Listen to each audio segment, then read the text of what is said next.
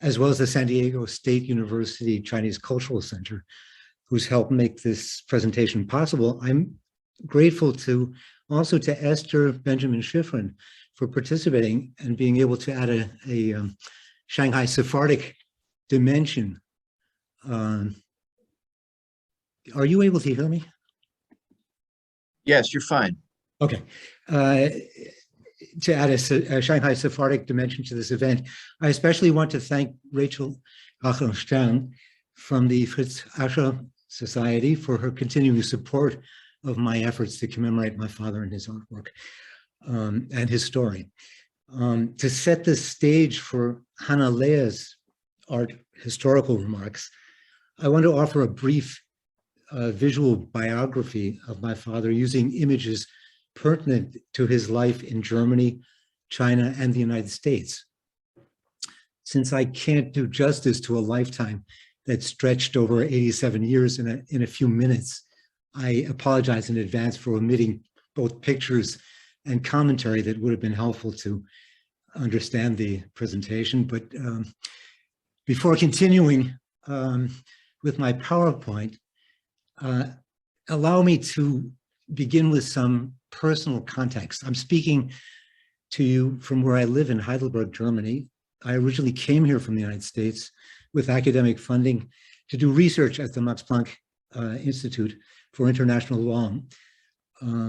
After receiving a doctoral degree from the University of Heidelberg, I found work at the Institute and stayed. My deeper motivation for coming to Germany was an urge to comprehend my father's and other relatives' origins and what had gone so wrong here, resulting in their having to flee the country and leave behind their previous lives and many people that they were close to who perished in the Holocaust.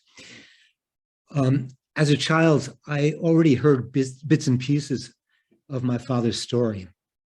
Sometimes he showed me documents and other artifacts of his odyssey from Germany to China and finally to New Jersey, where I was born, as you heard, and grew up.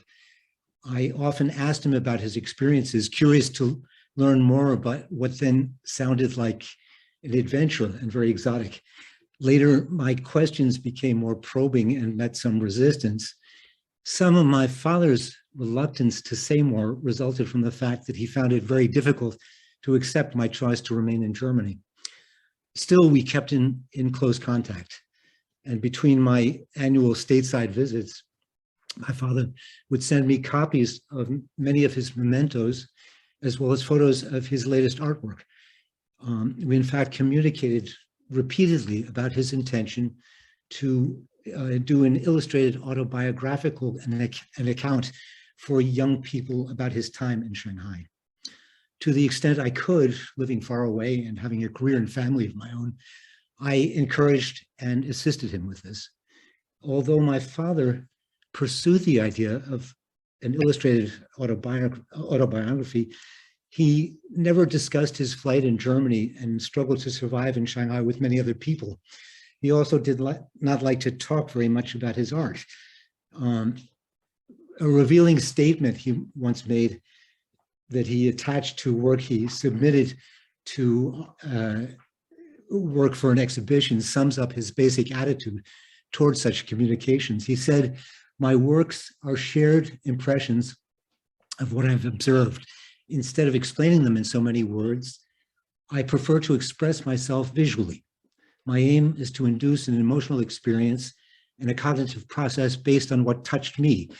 Ideally, viewers will be moved to find their own meaningful interpretation of what I have attempted to communicate through them, through form, color, and substance." I believe my father's reticence to articulate his thought processes or his emotional reactions verbally stands in contrast to his art and his effort to memorialize his history visually. Unwilling or unable to attract attention verbally to what he experienced and to his artistic creations, he nevertheless exhibited his thoughts and emotions in graphic form. As a result, I don't feel completely out of line by offering some factual background to his story and expressing my insights regarding his art and images that I recognize as revealing central aspects of his life. So beginning with the PowerPoint biography with slide 2. Eden Lost, he entitled this. I doubt my father would have chosen the drawing to preface his early life in Germany. It's certainly hard to imagine Germany at the time of the hyperinflation in 1923, when he was born, as a Garden of Eden. Although the country later enjoyed a brief period of relative prosperity, political stability, and cultural bloom, the social peace and democratic framework of the Weimar Republic were severely strained from the outset. Still, to me, the picture seemed appropriate since the banishment aspect of the biblical story is mirrored in my father's early life. Next. Soon after my father began his schooling, Weimar, of course, was replaced by the Nazi regime. The Less family, with its very modest means, lived at the time in a small apartment in Prenzlauer Berg in Berlin. This was within walking distance of the Friedrichshain Park, which had a very beautiful fairy tale fountain that you see on the right side, that's stuck in my father's memory. Next. My father described the nearby Zionist-oriented Jewish private school in the Riekestrasse, where my grandfather insisted on enrolling him, as a peaceful oasis where he enjoyed perhaps the happiest period in his life. An art teacher there, who recognized his talent, provided my father with the encouragement and guidance that played a crucial role in determining the course of his career. Next slide. With her advice and support, he was commissioned at age 12 by one of the largest Jewish newspapers in Germany at the time to submit a year's worth of drawings to illustrate the Jewish calendar, his first freelance work. Next slide.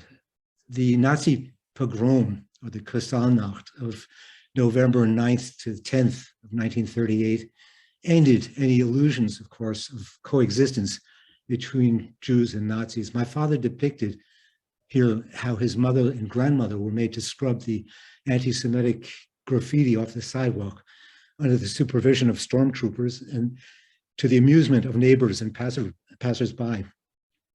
At this point, like thousands of other German Jews, even my father's grandparents recognized it was time to leave. Next slide.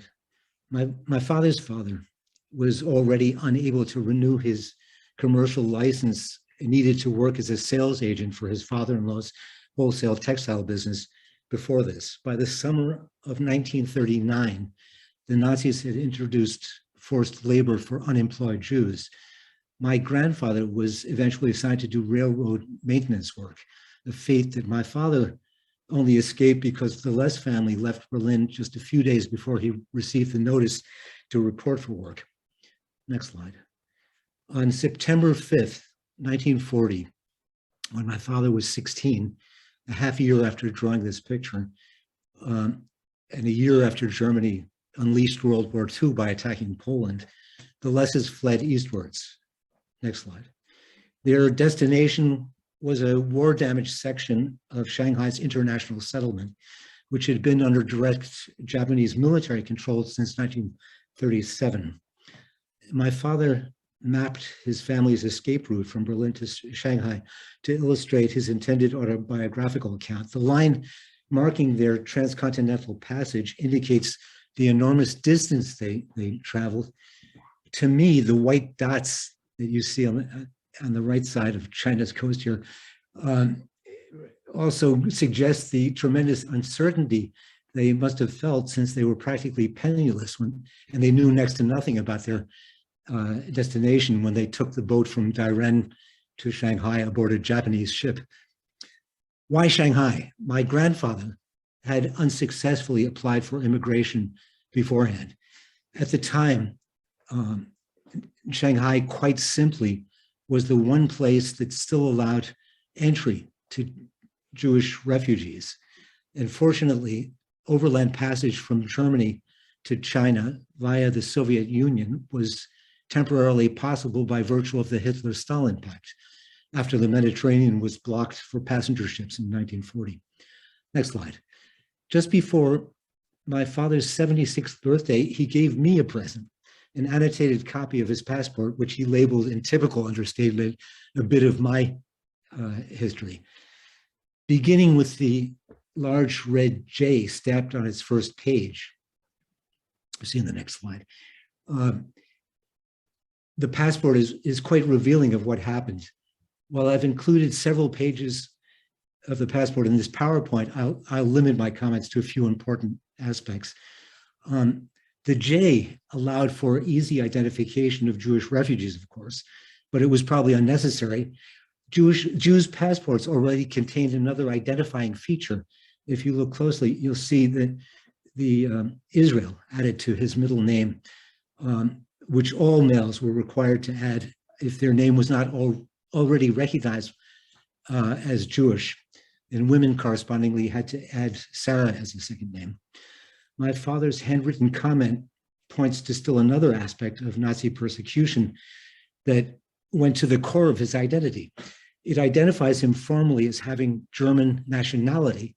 In actuality, German Jews had already lost their status as full citizens under the Nuremberg race laws of 1935 and become mere German subjects. They were stripped of their nationality entirely after November 1941, if they resided outside Germany. And this is when my father officially became stateless. Next slide. The photo and signature page marked with 3 swastikas bears witness to my father being personally forced to adopt Israel as part of his name. So as the passports, next slide, the validity technically expired before it could be used, an extension had to be granted. So already at this stage, in other words, my father could easily have been trapped in Nazi Germany. Next slide. An exit visa was needed to leave Germany, and this likewise was extended. It allowed, you can see this on the right side if you look closely, departure either at an East Prussian border crossing into Lithuania or from the airport at Königsberg, now Kaliningrad. Leaving the country by plane was pure fantasy, since Jewish refugees like my relatives could never have afforded plane tickets, having depended almost entirely on support provided by the Jewish German assistance agency called the Hilfsverein, which also arranged for the overland journey. Next slide. The entry by the Deutsche Bank, you see on the right, the left side, records that it dutifully applied the law limiting the amount of currency my father could exchange. For the 10 Reichsmark he was permitted to withdraw, he received about $4 US. Overland passage to Shanghai required a number of transit authorizations. You see the first of those on the right side. My grandfather managed to acquire these through tireless persistence, some risk-taking and sheer luck. Absenting himself without permission from his forced labor assignment in Berlin, he applied for visas at the Japanese consulate in Hamburg. The visas were essential since the Japanese controlled the rail connections between the Soviet border and the Manchurian coast. Next slide. Separate visas also had to be obtained from Manchukuo, the Japanese puppet state, which purported to exercise sovereignty in Manchuria. Next slide. Another vital prerequisite was for the overland journey was a Soviet transit visa. Next. The itinerary provided by the Hilfsverein to the Les family suggests that some of the refugees in the group traveling eastwards with them proceeded onwards to Tokyo, from where they presumably went directly to the United States. Next slide. A sheet of Moscow hotel stationery and some in-tourist coupons that my father saved from the journey document his passage through the USSR. So next, this drawing of a Jewish refugee in Shanghai hints at the desperate situation of those who fled there. My father had seen some difficult times in Berlin already and went through the strenuous 3 weeks journey it took to get there, but nothing prepared him or his family for what they encountered.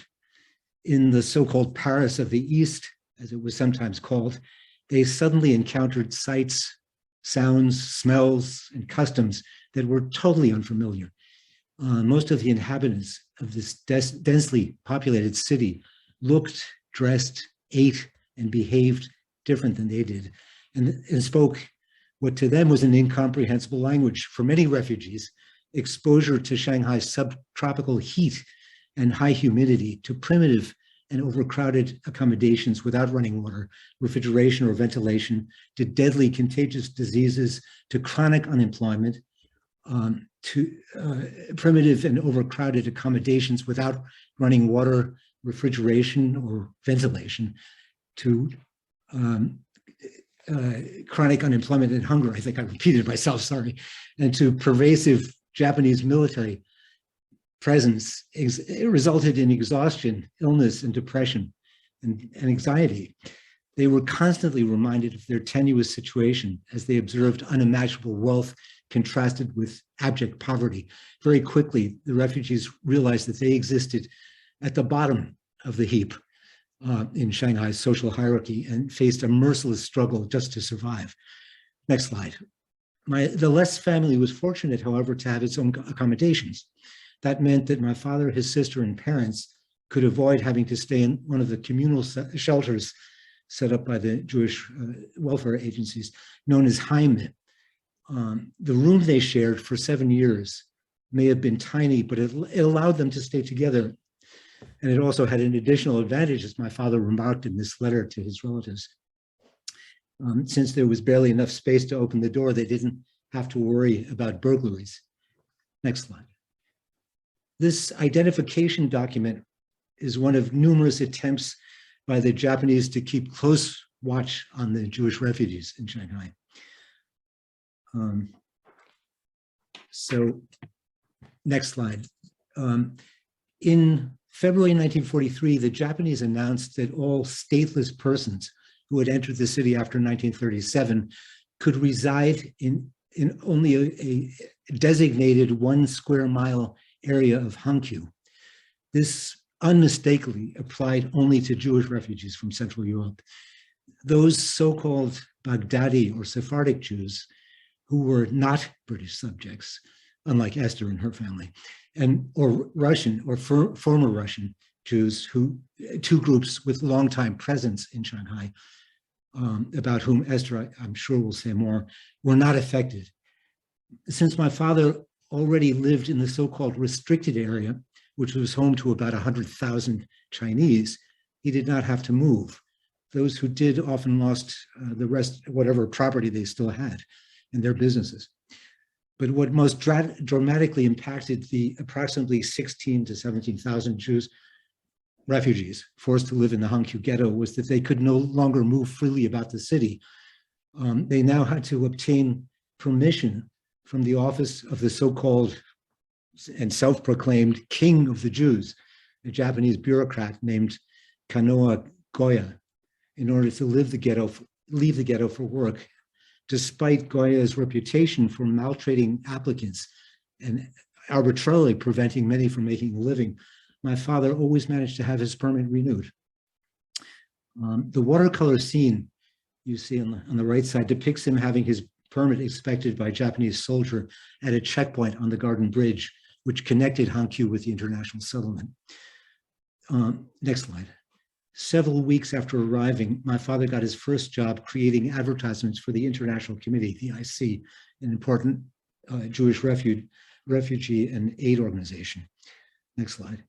In addition to freelance work, my father found employment, next slide, with several advertising agencies in the international settlement and the French concession. Examples of his commercial art include the letterhead you see on the right, top right here, and the, which was for the art studio where he worked, and an almanac cover. Next, and here you see some newspaper ads and banners. Next slide. And he did some packaging and candy wrappers, as well as designs for window displays. Next slide. These are Windows displays. Next. Since his parents were generally unable to find work, my father's earnings significantly contributed to the family's survival. The family depended ultimately on food distributed by the Jewish community in their soup kitchen, which they tried to supplement with whatever they could afford themselves. Given the poverty they experienced, it might seem strange that my father brought Chinese money with him to the States. It wasn't that he had funds to spare, rather the post-war inflation made the banknotes practically worthless. The refugees would sometimes sign them like my father did, you see in the lower left, to give to friends as souvenirs on departing. Next, conditions in Shanghai forced the refugees to concentrate on maintaining their physical survival, but the cultural activities that they continued to engage in were probably just important in keeping them sane. My father didn't confine his energy only to producing paid commercial art, in other words. He also created stage settings for several operettas, for example, and as well as this poster for one which had its debut in Shanghai. Next slide. For my father and his family, Shanghai was never seen as more than a way station. They applied to emigrate to the United States, in fact, almost immediately upon arrival. This is the negative response they got from the US consulate dated June 1941 that ended any hopes of them leaving very quickly. Next. These images point to how desperate conditions became after the Japanese unleashed the war in the Pacific. It was not long before a food shortage threatened the refugees' existence. Next. Although the refugees remained largely unexposed to any direct military hostilities, my father's sketch of people cowering next to a wall and nearby war damage is evidence that Shanghai was subject to air attacks. An aerial bombardment of Hangzhou very near to the end of the war resulted in many civilian casualties, both Chinese and Jewish. Next. The sketch of the scavengers picking through a garbage container in Hangzhou Lane shows that the Chinese, many of them were in even more desperate straits than the refugees. Next slide. My father once tried to explain the lane system to me with a sketch of where he and his family lived. In it, he also memorialized the subtropical Shanghai flourishing cockroach population. Next. So the top left photo shows my father's parents and sister together with his mother's sister and her family. The Chinese child that you see holding the hand of his younger cousin hints that they had at least some contact with their neighbors.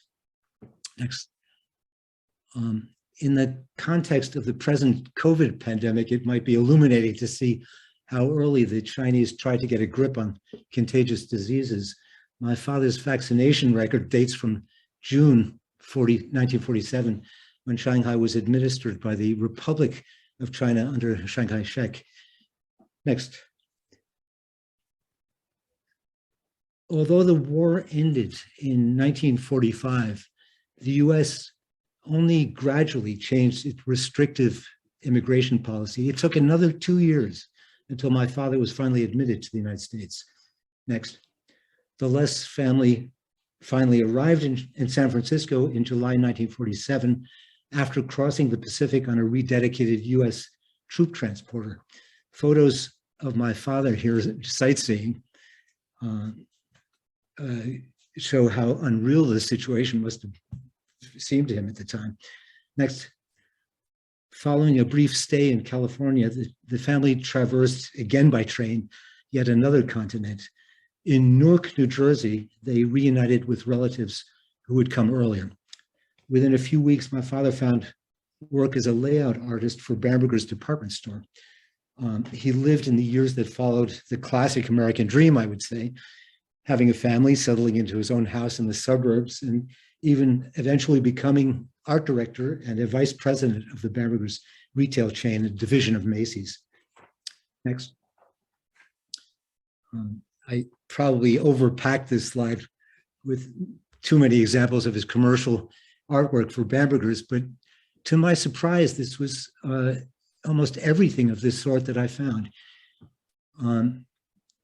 Next slide. Determined to finally focus on painting his lifelong passion. He left Bamberger's in 1981, not long after this official photo portrait was taken. Next slide. It took him a while to adjust to his new situation, but over the next 3 decades, he was able to produce many paintings, drawings, watercolors, woodcuts, batiks, stained glass, sculptures, sketches, all of which form his artistic legacy. Next. That legacy, as Hanalea will confirm, includes unmistakable echoes of the past. The sight of the homeless on the streets of New York, for example, was an uncomfortable reminder of what he had witnessed in Shanghai, inspiring this painting and others. Next. The work in progress on the easel in the studio where my father produced his last artworks captures a jarring memory of Shanghai here. On the floor next to the image of the begging Chinese woman cradling her naked child, on the floor you see another painting which, although set in the present, also references the past. Next. So, namely this portrait, self-portrait with German passport that Hanalea will analyze in more detail. Next. One of the things I discovered on my father's desk after he passed away was a small crayon and watercolor drawing, a further self-portrait that he entitled The Dream. It shows a winged figure looking over his shoulder as he contemplates an empty page on which 2 paint brushes rest. Nearby, I found this slip of paper on the left, which notes a passage from Exodus. It refers to an angel sent to protect Israel on its path. Whether the winged figure is an angel or a muse, or whether he consciously meant the biblical reference to apply to the drawing, I don't know for sure, but the note and the picture express my father's recognition of the pivotal role that art played in his life, and how fortunate he was to have survived a harrowing past, as well as to be able to create things that resonated with other people. So finally, just a couple of words in conclusion. My father often questioned whether his story was worth publicizing and whether he had the ability to tell it effectively. He would have been the first to admit that he was mostly self-taught. His professional life had revolved around commercial art, and his story pales beside what other survivors of the Nazi nightmare endured. As I argued in response, the history of Jewish refugees in Shanghai remains little known, and besides offering a unique record, his art may make it more accessible. I hope my biographical sketch and the presentation by Hanalea will offer some insight into the wider story of Jewish refugees who fled to Asia and the imprint their experience left on them. Unfortunately, the situation of refugees in the United States and elsewhere around the world has, if anything, deteriorated in recent times, as we are currently witnessing, as far as a European crisis of horrifying proportions. I believe we can take heart, though, by recalling an example of refugee resilience, as well as tolerance by a local population itself endangered, when a sizable group of vulnerable foreigners abruptly torn from their origins showed up seeking shelter in their midst. Thank you. So I pass along to Hanalea now. If I may want to just say, Stephen, 140 of us would like to thank you from the bottom of my heart, of our hearts, for your sharing your dad's story. This is a wonderfully important part of history. And Hanalea, I don't want to cut into your time. If you'll just start, you're going to be chatting about the artwork itself, which is enormously interesting. I've seen this earlier. Hanalea, why don't you take it away now? Thank you. Yes, thank you very much. And Stephen, thank you for your words, and thank you for joining us. To everybody, I'm very excited to talk to you today. So thank you very much for the invitation. So, Shanghai is probably one of the most obscure rescue places for Jewish refugees from Europe during the Shoah. But for about 18,000 refugees, it was a safe haven from Nazi persecution, especially for those who left in the late 1930s and had no chance to reach a different country due to immigration laws. The harbor city of Shanghai, with its special status as an international settlement of exterritorial areas, which neither asked for visa nor for attestations, became the last hope for those immigrants. One of them was Hans Less, in later years John Less, Stephen's father, and his family. To get to know Shanghai, a contemporary source, the Philo-Atlas, Handbuch für die jüdische Auswanderung, Manual for Jewish Immigration, printed in Berlin in 1938, provides a perfect starting point. The guide says about Shanghai, biggest and most important harbor city in the north of China, 3.5 million inhabitants, most of them Chinese, 7,000 Jews equals 0.2% of the population, 3 synagogues, composed of A, Chinatown, B, French concession, and C, international settlement, occupied by the Japanese since 1938, and urgent warning must be given against entering the country if the possibility of setting up a business has not been examined beforehand. Due to the Japanese invasion of 1937, the restrictions for the refugees toughened in 1943.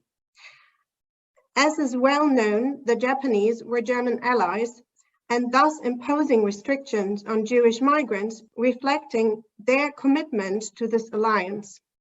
Hence, the Japanese military government proclaimed the refugees' quarter, Hongyu, as a designated area for stateless refugees, the so-called Shanghai Ghetto.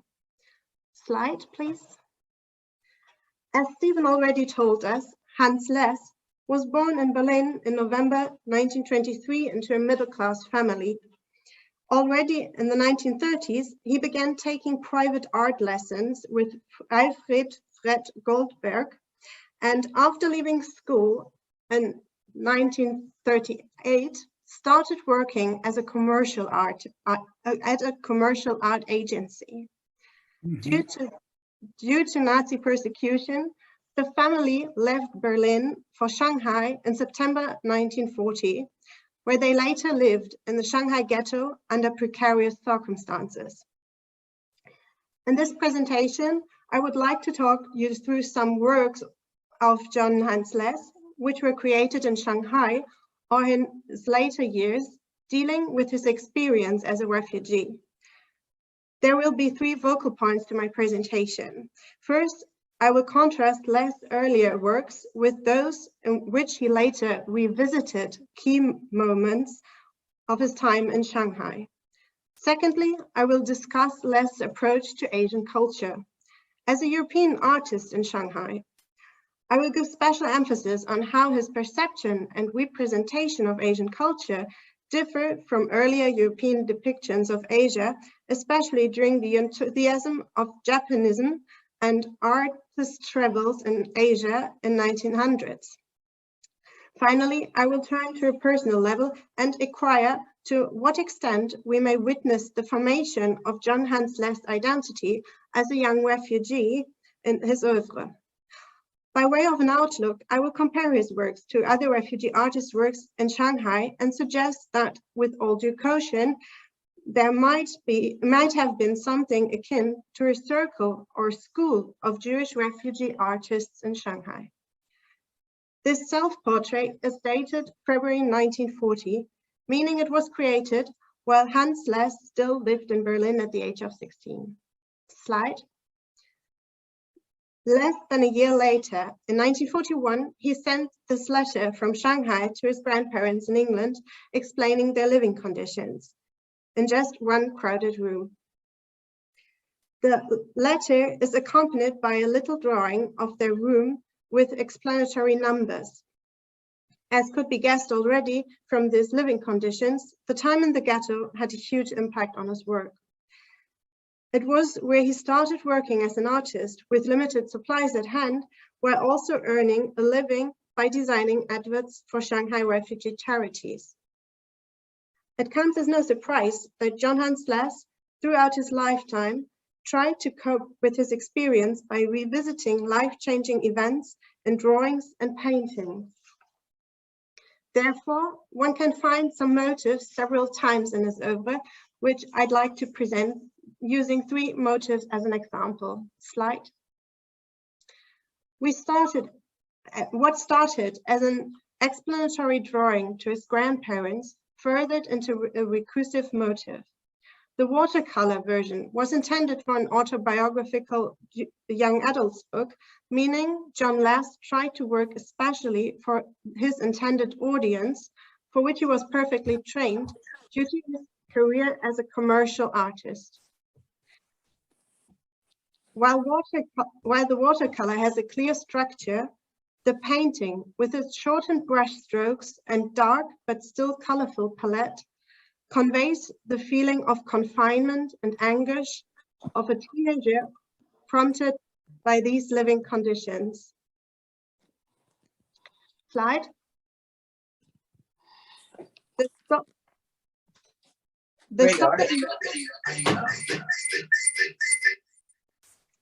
stop in Minsk en route to Shanghai must have made a similar impression on the 17-year-old Hans Less. As his family traveled to Shanghai via the last possible route with the Trans-Siberian Railway, he sketched an elderly couple on a settee. Probably there were no sofas in the waiting room in Minsk. Thus, we may infer that they brought them with them, meaning they would have traveled 2 continents with furniture in addition to their luggage. In the background, there's a similar situation with a person napping on a chaise-longue. Less revisited this motive in later years in 3 paintings. While the first version of the painting does show calmness on the travel, the scene gets much more crowded in later versions of the topic. Slide. Furthermore, another new element in this version is conspicuous. There is a young boy right in the center with a red top watching the couple, and in the other one, leaving the scene with an elderly father figure. Probably one encounters Hans Less, once alone and once with his father, as the title Papa and Me suggests. But what does it mean to revisit the situation and incorporating oneself into the motive? He seems to reassure himself of his own experience while setting a monument for his father, who looks like an organized, protective figure leading his son. Also, the passport in his father's hand with a bright red J stamped on it is notable. Stephen already presented Hans Less' passport with a discriminatory J stamped for Jew, and this sign will reoccur later again. Slide. Another highly impressive motive is the one of the Chinese begging woman with her child. In the first version of 1946, a watercolor, you can see it on the left, the woman screams and cradles her presumably dead child, while an older girl stands behind her trying to comfort her mother over the death of the younger sibling. At the same time, a finely European-dressed woman is passing by carelessly. Seeing a mother screaming over her dead child must have had an enormous impact on Less. Maybe the situation also reminded him of the well-known subject of Christian art, the Pietà, where Mary mourns over the dead body of Jesus.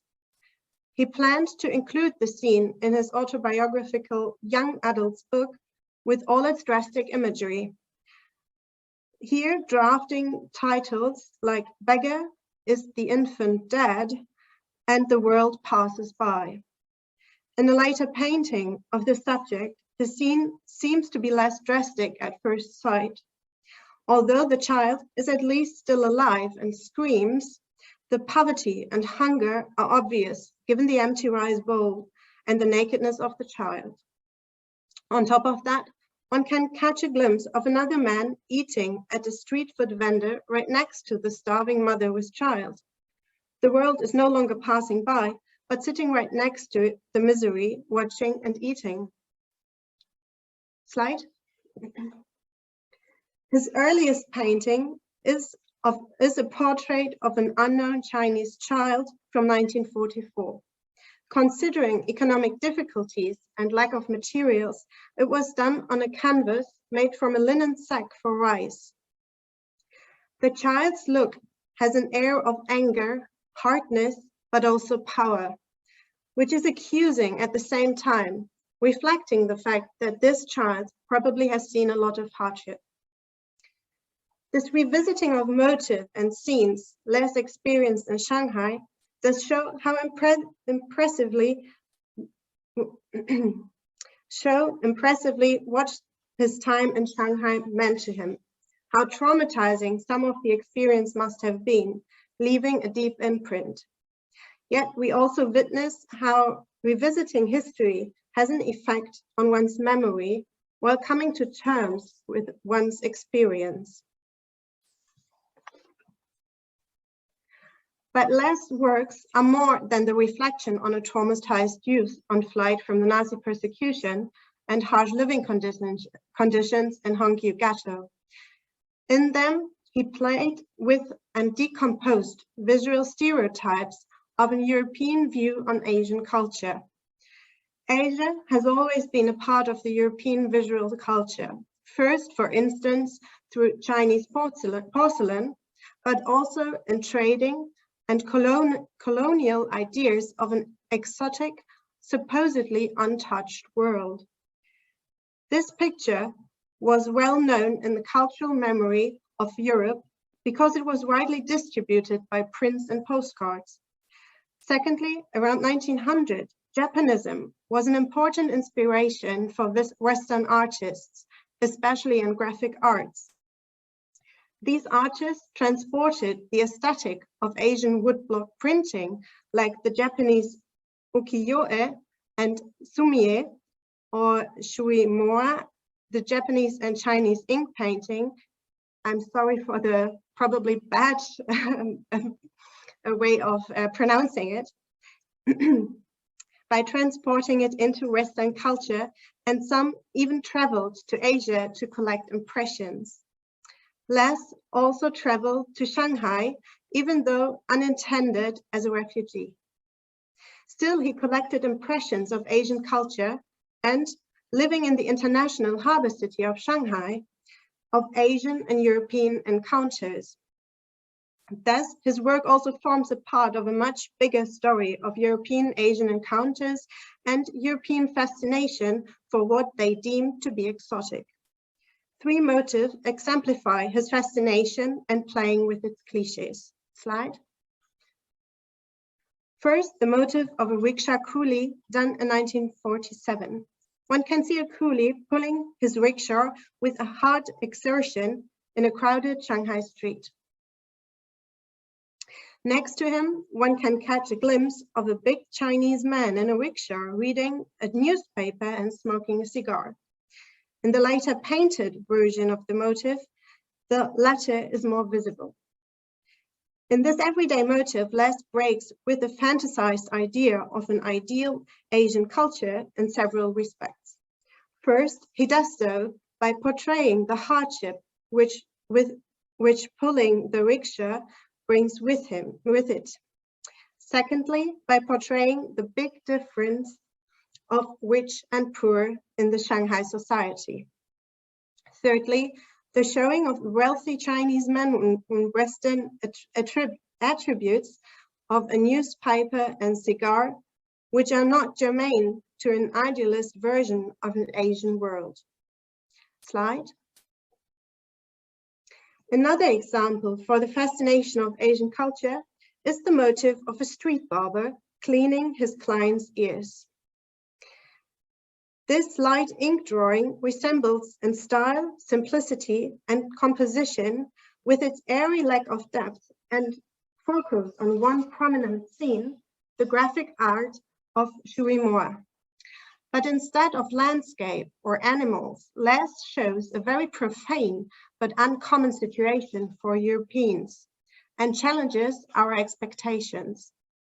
While Hans Les obviously already had received an artistic education in Berlin, where he might have learned about stylistics and aesthetics, he may equally have learned about it through the Shanghai refugee publications like Shanghai Echo, Shanghai Jewish Chronicle, or the Gelbe Post, which also featured several articles on Asian culture and art.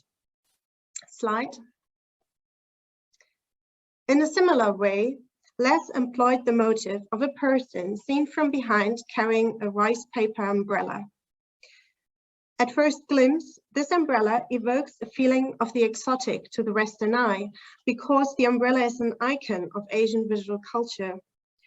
But Les decomposes the stereotype of an Asian idyll by capturing the scene in dark, rainy weather.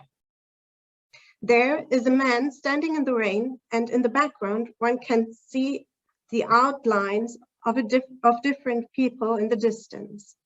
Looking closer, the person carrying the umbrella with one hand holds his far too big trousers with the other so that they don't get soaking wet. Thus, there is no idyllic scene of Chinese culture, but a glimpse of the inconvenience of daily life. Slide. An irritation similar to the one we experienced before is present here. The Chinese street food stall seems to be a family-run business because while the father is cooking and the mother is serving tea to a customer, even the little children are working. One child is bringing fresh water, and an even smaller child who is lacking a trouser assembles food for the stove. Instead of a fine and calm Asian tea ceremony, the picture takes us to a busy family-run street food stall where even a improperly dressed infant needs to help out. Slide. In the later version of this motif, which meant to be an illustration for the autobiographical youth book, Les changes some key elements of the scene. While trying to preserve the memory of his history for the next generation, he also seems to reassure himself of his own experience, as he did in some of his paintings already, by incorporating himself into the picture. Standing at the stove like he wants to try the food. On top of that, the little child is not assembling wood anymore, but seems to be crawling around aimlessly.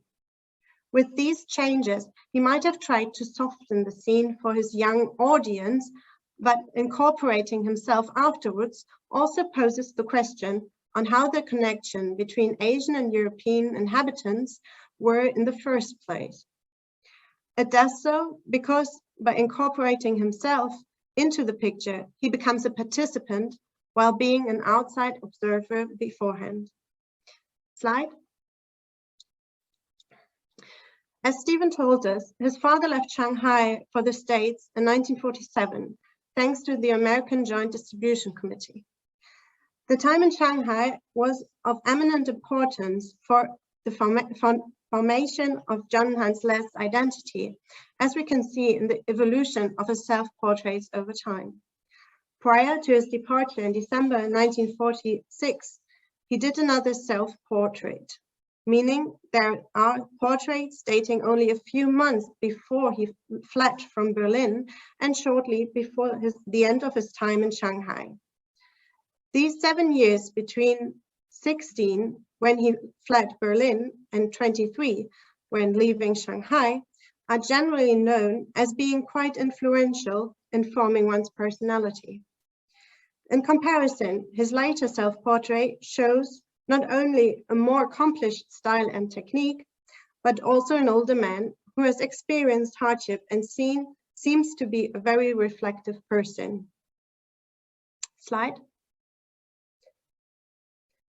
His formative years were defined by being a Jewish refugee, meaning by one very striking and discriminatory sign, the J in his passport. We first encountered in Hans Le's passport, but also in the painting Papa and Me in Minsk en route to Shanghai. This sign turns up again in the painting Jewish Refugee in the Shanghai ghetto. This painting is based on a sketch from the 1940s in Shanghai, where an elderly man in a stooped posture is clinging to a little package, suggesting that this little item is all he is left with. In the painting, there is a red J, parts of the German eagle under the Nazi regime, and the words Deutsches Reich, similar to the passport, over his leg. Like a ball and chain, it seems to keep him from moving, to slow him down, and to provoke his bent posture by being a heavy burden, leaving him in limbo between moving forward and the impossibility of returning. Similar to this unknown refugee, John Less struggled with his relation to Germany in later years. For instance, he couldn't understand his son's decision to move to Germany and understandably refused to visit him for several years. Slide. Although it was a non-chosen experience, which was accompanied by uncertainties and danger, this refuge in Shanghai formed Less' life and became part of his identity. So as an old man, he reflected about his defining years in another self-portrait. Here, he depicts himself with his brushes in the background in the tradition of an artist's self-portrait, his means of communication. As Stephen told us, he did not talk a lot about his experience as a refugee. He preferred communicating through his art. Thus, the picture, like the others discussed before, again shows this discriminatory and defining sign. But this time, Les is partly covering it with his fingers, and he is holding it with an attitude of pride and normality. The combination of brushes and the J in his late self-portrait suggests an acceptance that art, as well as his experience as a Jewish refugee, made him the person he was. This was a small glimpse in John Hans Le's works concerning his experience in Shanghai and how he dealt with his memory by visualizing it. Slide. But I would like to give a little broader prospect into art and artists in Shanghai in order to contextualize John Les' work during the 1940s. As I already mentioned, Les took private art lessons with Alfred Fred Goldberg in Berlin. By chance, Goldberg also took refuge in Shanghai, and they kept in contact in Shanghai at least for a while, and probably worked together on advertising projects. If compared to the work of John Les' Berlin teacher, Fred Goldberg, formerly Alfred Goldberg, the works of Friedrich Schiff and Paul Fischer, both from Vienna, and David Ludwig Bloch, they show similar stylistic elements and motives, raising the question whether there was a kind of Shanghai refugee art cycle working closely together, probably with a documentary approach to their motives. This might have happened under the Association of Jewish Artists and Art Lovers of Fine Art, called ATA, which organized exhibitions in Shanghai from around 1944. Even though we do not know whether John Hans Les was a member of ATA, we know that David Ludwig Bloch was an acquaintance of him, and Bloch gave Les some prints of his as a farewell present when they both left Shanghai. Slide. In addition, Les took part in at least one exhibition in Shanghai in 1946, together with Bloch, Goldberg, and Paul Fischer. You can see his name circled, 1 year before he left Shanghai for the United States. Because of this linkage, I think it would be very rewarding for further research about a possible Shanghai refugee artist network. What is more, it might be reasonable to speak about a the Shanghai Jewish Refugee School of Art, of which John Hans Les was a young but important member. Slide. Be that as it may, John Les' works are on the one hand a reflection of a traumatizing experience, but on the other hand, they are works of art in their own right, which give a glimpse of an encounter between Asia and Europe in a very international place like Shanghai. Thank you very much for your attention.